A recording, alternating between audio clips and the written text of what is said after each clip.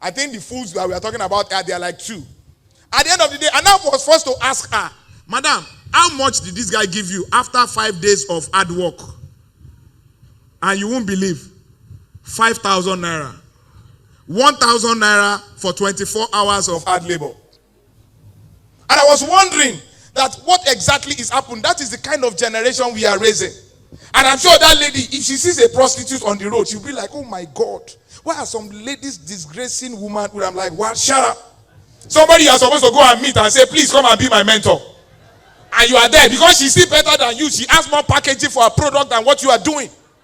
And because we don't apply practicality to some of these things, we think that, what do you think made Apostle Paul, the old Apostle Paul in the book of Romans, to start begging and said, I beseech you therefore, brethren, by the mercies of God, that you present your bodies a living sacrifice, holy and acceptable. What do you think made Apostle Paul to be practically begging? Is it his body? Why can't somebody ask Apostle Paul, wait till be your own? Why are you begging? Why do you take this thing so serious? I've always asked the question, can you enter into Mr. Biggs or any of the eateries and you tell them that, sorry, this snack, are you sure it's very good? And they said, it's very good. There's no problem. Give it to me. I want to taste it. If I taste it and I confirm that it is good, then I will pay. Is that the way it works? Are they not supposed to walk you out? Now, 150 naira or 200 naira score check. You cannot take it except you pay. How come you that you are supposed to be a queen, you are supposed to be a princess, one foolish boy is now telling you that I must taste you before I marry you, and you are not even angry. You are even trying to see pastor to say that I don't know what to do. My guy said he wants to sleep with you. Somebody is indirectly telling you that you are worth less than 200 naira score check, and you are not angry in your heart. That what kind of nonsense? What kind of a sense of somebody trying to devalue who I am? And you are not even angry, and you are trying to ask yourself questions about it. Believe you me sincerely, that is what happens when we decide not to do things God's way. That's why the Bible says, if you want to be hot, be hot. If you want to be cold, be cold. If you are lukewarm, God said he's not interested. That's why you discover that, you see, the people that are very bad, they are the ones that God used the most. That drama was very much on point. That's why Mufu eventually became a bishop. You think it's an ordinary drama? Go and check the scriptures. Good boys like Peter. How many books did Peter write? Good boys like John. How many books did they write? But when you talk of somebody like Apostle Paul, somebody who was, a very bad guy, by the time he met with God, do you know that he wrote over 50% of the New Testament? Because you see, in Christianity, there are people that are walking. There are people that are running. There are people that are flying.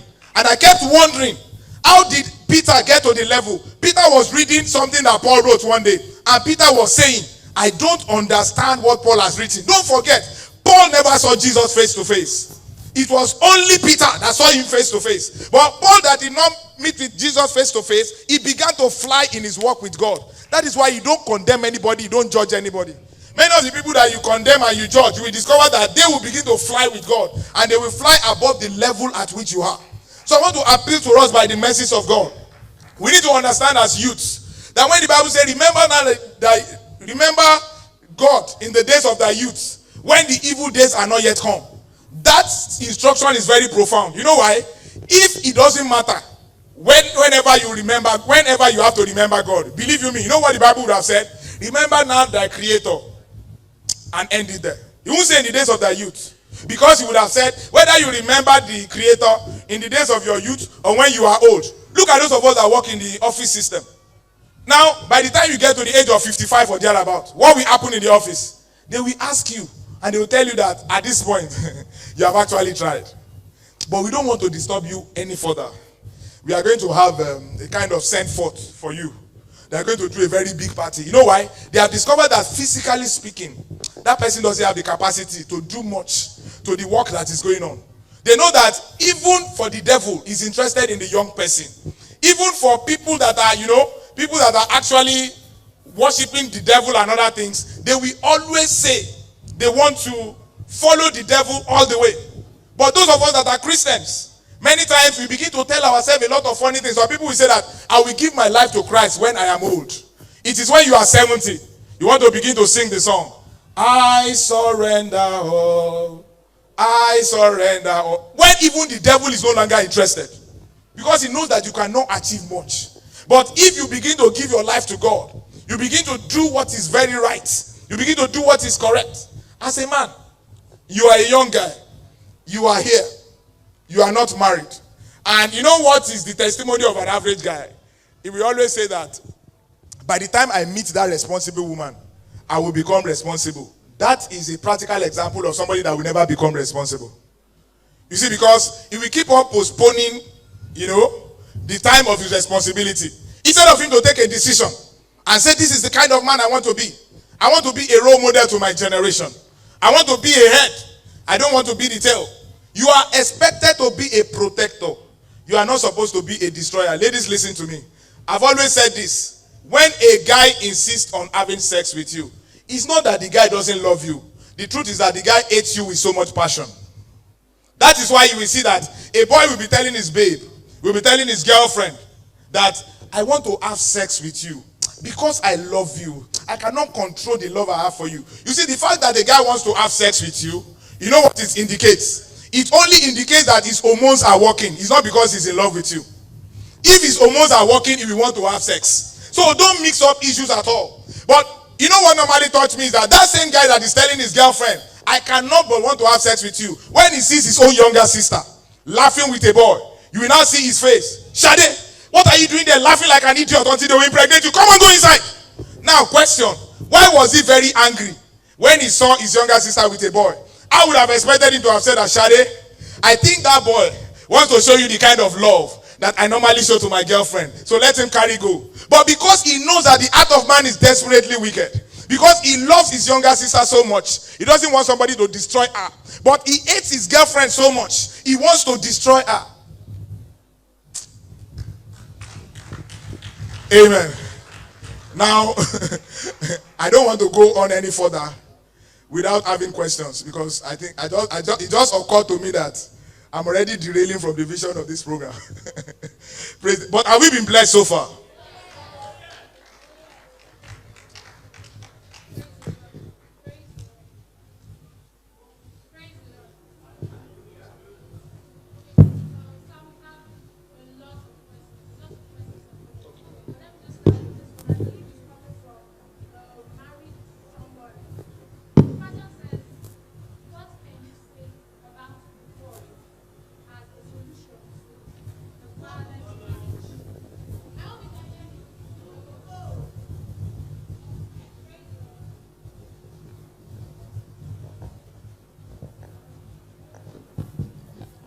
Praise the Lord.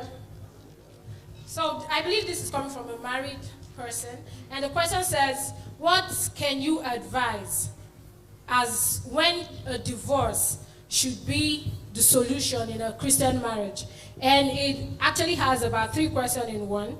Another one says, same person is asking, as a Christian woman, should I continue to endure abuse from my husband as a Christian? Now, another one says, if I decide to go away in order to save my life from a violent marriage, why can't I remarry if I have found a lovely man as in the redeemed rule? Sorry, the last part. A lovely man, what? The redeemed rule says you can't remarry. Oh, you see? That's what she's saying. That the redeemed rule so why can't I remarry if I live a violent marriage? Praise the name of the Lord. Please, I would like everybody to listen to me very well at this point. You see, personally, I want to be very clear. Normally, as principle, I always believe that the message for the singles is supposed to be different from the married. Are we together? You see now, the person asking this question, for any single that is smart, I want you to hear me first, because I'm going to address the single before I come and address this. For any single that is smart, your prayer point and your vision should be never to get to this level where in the future you come and start asking questions like this. All due respect to the person that is asking that question, but understand me very well. This person is asking questions that needs to be answered. But believe you me, many things that happen at the level of marriage, there are serious issues that, you see, when you, just like I said earlier, when you make a mistake in the foundation, it is always very difficult to say that you want to repair. Are we together? So I'm going to take them one by one. Please help me again so that let me just... Okay. What is your advice concerning divorce? Divorce as a solution to a violent marriage. Okay. No, don't go to the second one. Let's just begin it one by one. Now, divorce as a solution to a violent marriage. Now, how many of you are aware that one of the few things that God said I hate is divorce? And how many of you knows that the Bible says Jesus Christ is the same yesterday, today, and forever? You see, meaning that when the word of God says anything, believe you me, even if I come and contradict that, I'm only deceiving myself. Are we together? The scriptures can never be broken. God will never support divorce. But hear me, when a woman is now married to a man that is not all right, when a woman has made a fundamental error in her choice, it becomes difficult to say you want to obey the word of God. I don't know if anybody's here with me tonight. You see now, common sense demands that you will tell a woman that the husband wants to kill to move out of the house. But believe you me, that does not change what the word of God has said. You see, because years ago, I'm aware that people used to, our parents will always say that whatever happens to you in your husband's house, that you must face it. But that time, some madmen were not yet created. Are we together? When our parents were saying that, the kind of madmen we have in this generation were not yet created. In that time, we were not seeing men who were killing their wives. In that time, we were not seeing men that are going to destroy their wives. That time, maybe the man might just get angry, maybe slaps her, and all that, and they will still sort it out later. But in this generation now, you tell a woman, go and endure. And because the man is actually sick upstairs, he will actually kill the lady. And that is why the church is now saying, it's only wisdom. The Bible actually said it's against divorce, but it's not against temporary separation. When the Bible originally says for marriage, it is no longer two but one. Do you know that in marriage, some people made a fundamental error. They said it is only in marriage 1 + 1 = 1. That is not the word of God. Hear me very well. When Eve was going to be created, a rib was removed from Adam. Are you hearing me? So Adam is actually not a complete man. Eve that was created is not a complete woman. So in marriage, what happened is an incomplete man, half, plus an incomplete woman, half. They come together and they complement each other and they become one. So it's not 1 + 1. 1 + 1 will always be 2. In marriage, it's a case of half plus half is equals to 1. But now, when a fundamental error has been made, whereby a woman is in an abusive marriage, it is only common sense, not the word of God, that will make you to tell her that, madam, so that you don't die before your time, you have to pack your loads. And you see, it's better for you to be praying outside. Do you get? If you are still praying outside, you can be alive. Are we together?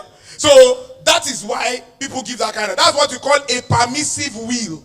It's not the perfect will. And for the singles in the house, that is not the kind of thing you should go out with. You should have the mindset that that should not happen to you. Is there anybody here that believes that that will not happen to him or her in the name of Jesus? Shout amen. In support. Okay. Thank you. All right. So this one says, as a youth, how can I relate properly to marriage when my men of God are now divorcing their marriages? Can we hear that? This person is saying that when the men of God are divorcing their wives and all that. But believe you me, you know what the Bible says? It said, looking unto Jesus, the author and finisher. You see, a man of God is what? Man of God.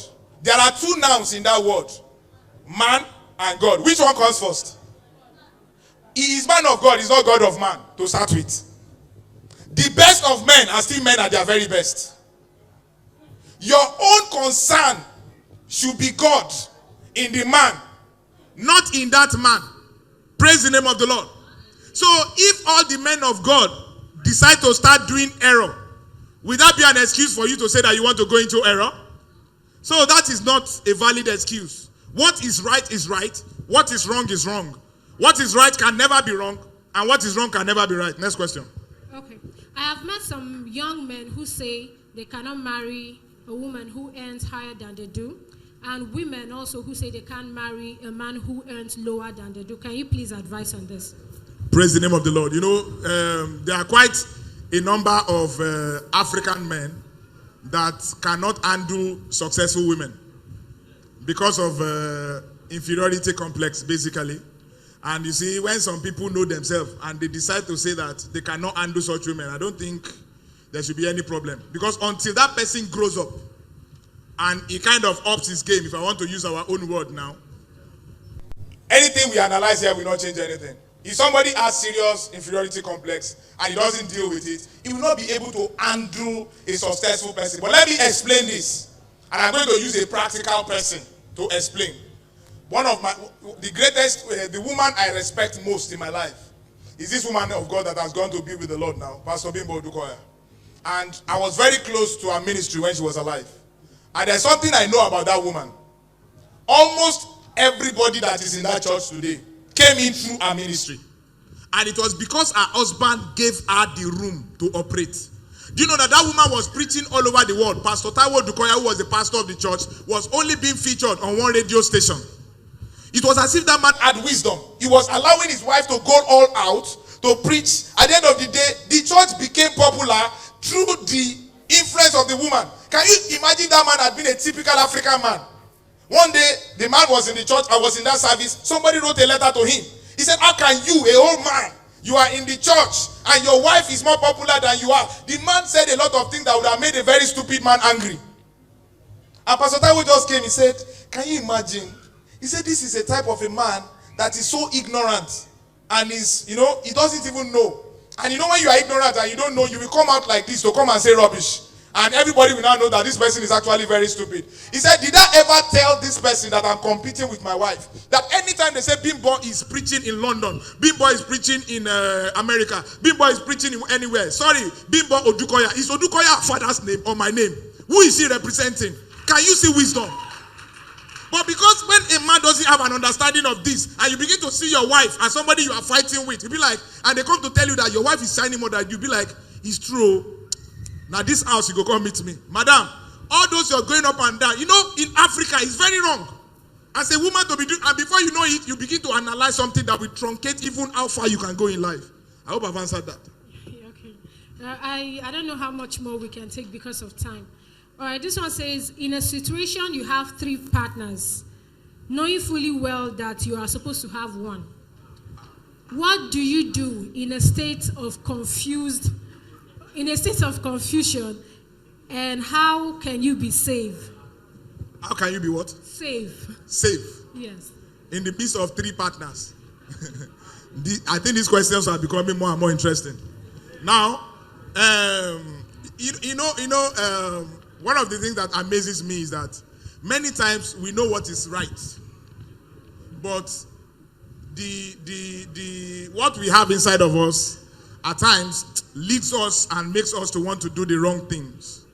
Now, how can somebody actually be saying that he's having 3 partners? The Bible says very clearly that, it tells us very clearly, the prototype we have in the book of Genesis is that he created them male and female. You see, the original version, before we began to see other versions like people like, some people will begin to quote somebody like Abraham. Some people will begin to quote somebody like David. They have forgotten that the original version God created was in the beginning. Genesis, the book of the beginning. If God wanted you to have more than one partner, he would have given Adam 2 wives or 3 wives. But he wanted to give you an idea of what an ideal marriage is supposed to be. That was why he removed a rib from him and he created a woman. And at the end of the day, he was able to make both of them one. The 2 of them shall become one. Is it possible for 3 people to become one? Is it possible for 4 people to become one? So this person must first of all sort himself or herself. If the person is a lady. Now, if what she has said is that 3 people are talking to you, that would have been another situation. At times, you will see some ladies, they will be collecting gifts from 3 men. Now, they will be dating 3 men. And at the same time, they'll be saying they are praying. You are collecting a man's gift. You say you are praying. Praying to who? Concerning what? To achieve what? Because already you are already putting yourself in a serious tight corner. I'm aware of one lady that time. She was telling a brother, I'm praying, I will get back to you. And she was collecting serious money from him. And I think she assumed the guy was very good. But you know the way God works, not knowing that the brother himself is seriously anointed by the devil. He's just a Sunday school teacher in church, but he has a personal rapport with the devil. So I think he got to a time, the guy now told himself that, I say this guy thinks I be mumu abi, I will show her Pepe. And what did he do to her? He was able to, he ensured that he worked it in such a way when he was able to penetrate the lady, knowing fully well that the lady is emotional. This guy lost 2 siblings within a month. And as a result of that, the lady became very close, like a fiancée. She will go to his house, cook food for him. These are people that are supposed to be Christians and all that. And before you know it, that guy used the opportunity to begin to have sex with her. And like we know, sex is one of the most addictive things you can have. When they began to have sex and they began to do all those things, the next thing that happened was that guy was able to give her a red card. And before you know it, he was done. And she was now very angry. Why will you do this and why will you do that? Before you know what was happening, that was the end of the relationship. Why? Because she herself was not very well defined. You can't be saying that you have 3 men and you are beginning to do with 3 men what you are supposed to do with 1 man. If you have not taken your decision, you have to clear your mind first. You have to sort yourself out with God first. You have to ask yourself what you want first before you say you want to go ahead with the relationship. Pray that God will help us in Jesus' name. Amen. Amen. Okay, so this question will be 2 in 1 because it's like what we can accommodate for today. The first one says, how do you know the right man or woman for you as a single? Then the second one is, can you please differentiate between dating and courting, especially for Christians? Praise the name of the Lord. Let me start with the difference between dating and courting. You see, normally, if you listen to the original teaching that we are giving in the church, they will tell you that a Christian is not supposed to date. Are we together? Because what is dating? Dating means that a guy sees a girl and he wants to check her out.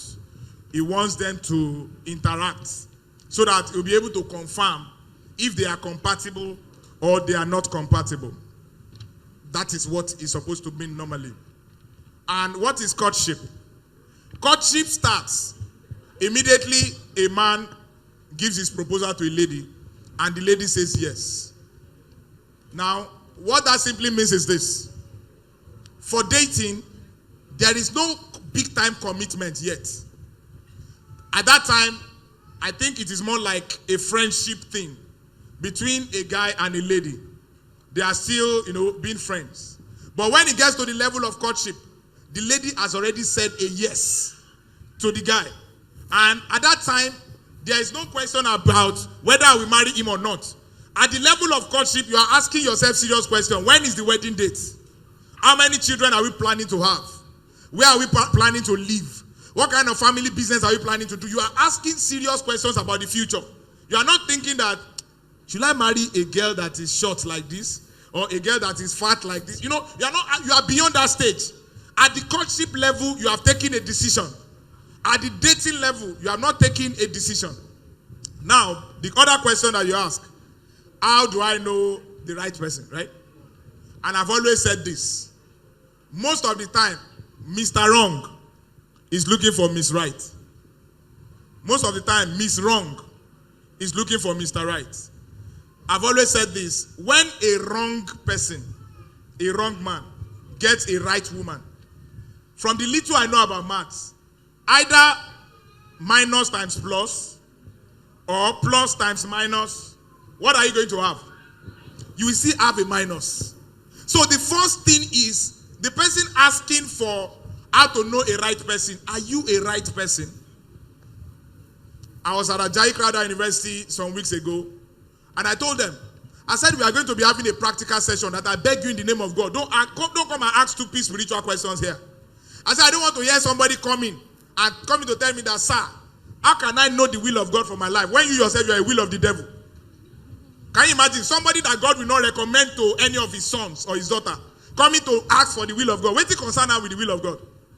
Does the person has anything to do with the will of God? But because we don't understand, we ourselves, we are supposed to know that we are supposed to become Mr. Right first. Before you say that you are looking for a Miss Right.